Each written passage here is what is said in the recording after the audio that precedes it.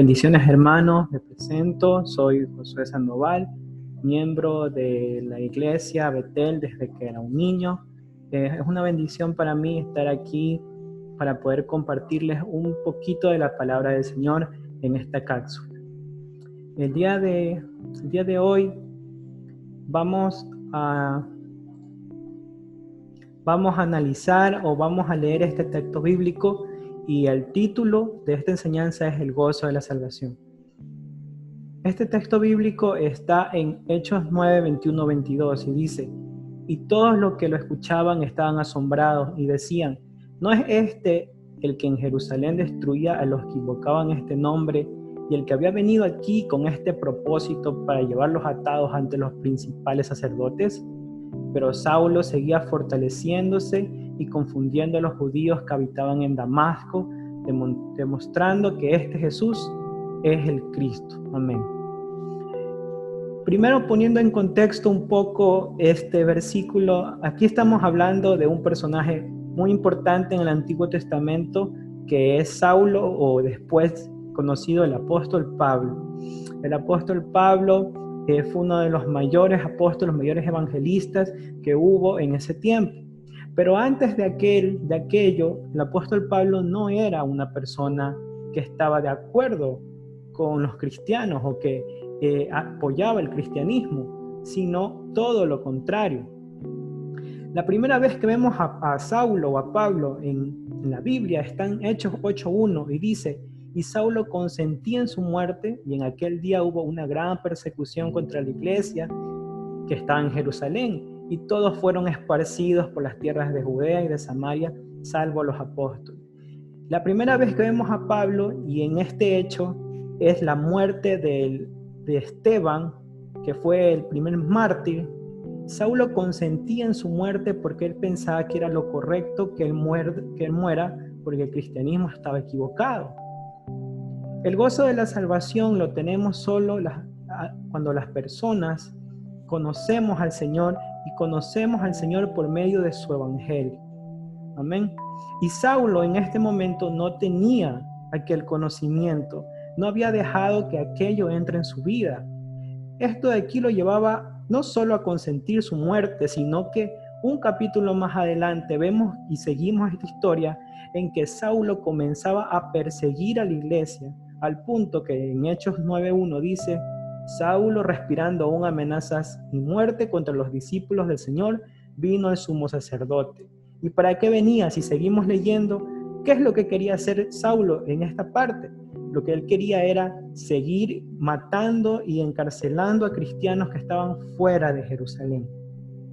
Entonces, cuando nosotros no tenemos aquella salvación, aquel gozo, cometemos actos de crueldad, y esos actos son los frutos que da nuestro espíritu, que lamentablemente no son los frutos buenos, sino son los frutos malos. Hay que recalcar que Saulo era un justo, podríamos llamarlo que era un justo, era la persona más justa en lo moral, en lo natural, en lo terrenal, en lo humano. Él dice en una de sus cartas y también en Hechos más adelante que él era el más judío de todos los judíos, que él celaba la ley como nadie la celaba, que él era fariseo y que había sido instruido en la Torá, que él sabía la ley, pero eso no significaba que él sea religioso, que él esté adorando al Señor a su manera, que él realmente tuviera ese gozo y esa paz de la salvación. ¿Por qué? Porque solo hay paz cuando tenemos a Dios dentro de nosotros y cuando aceptamos a Jesucristo. Y lamentablemente Saulo en ese tiempo no lo había aceptado aún. Entonces él no podía tener aquella paz y por eso cometía estos actos pensando él que estaba correcto, porque él pensaba que lo que defendía era la verdadera ley de Dios. Pero él no entendía aún que el evangelio de Jesucristo era el nuevo pacto para con nosotros y que era el mejor pacto que podía existir. Y la humanidad muchas veces es como Saulo. Muchas veces somos como Saulos. Somos Saulos que nos gusta, como dice en Santiago 4:4, y es un poco duro, dice: oh almas adúlteras, ¿no sabéis que la mitad del mundo es enemistad contra Dios? Cualquiera pues que quiera ser amigo del mundo se constituye en enemigo de Dios. Significa que cuando nosotros nos ponemos del lado de este mundo, según a sus costumbres, según a sus religiones, según a sus ritos, nos alejamos del Señor. Y también dice la palabra de Dios en Efesios 2:5 que nosotros estábamos muertos en pecado, que sin ese sacrificio de Jesús nosotros estamos muertos y por ende no podemos relacionarnos con Dios, no podemos tener esa comunión con Él y esa comunión que nos da el gozo de su salvación.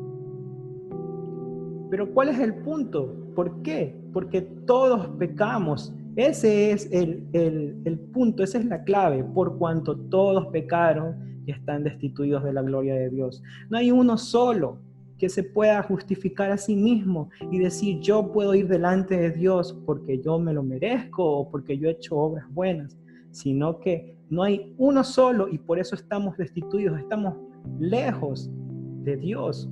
Y entonces ahora, ¿qué hacemos para estar cerca de Él? Para tener el gozo de que ahora estamos con Él, de que somos salvos. Pues, ¿cómo obtenemos esta salvación? Romanos 5:1 nos los aclara y nos dice, justificados pues por la fe, tenemos paz para con Dios por medio de nuestro Señor Jesucristo. Significa que cuando nosotros justificados, pero no por lo que hacemos, sino porque creemos en Jesús, en ese momento tenemos paz para con Él. O sea, hay una comunión con Dios. ¿Por medio de quién? Por medio del sacrificio que hizo Jesucristo en la cruz. Y qué bonito que nosotros vivamos en este tiempo en el que el Señor dio su vida por nosotros y estamos ahora en la gracia, que es un regalo totalmente inmerecido. Y ese regalo es el más grande, el milagro más grande, que es el regalo de la salvación. Y aquí hay otro versículo que señala que nosotros ahora tenemos aquella comunión con Jesús por medio de Él. Cuando dice, mas Él fue herido fue por nuestras rebeliones, molido por nuestros pecados. Y dice, esta parte quiero enfatizar, el castigo de nuestra paz fue sobre Él.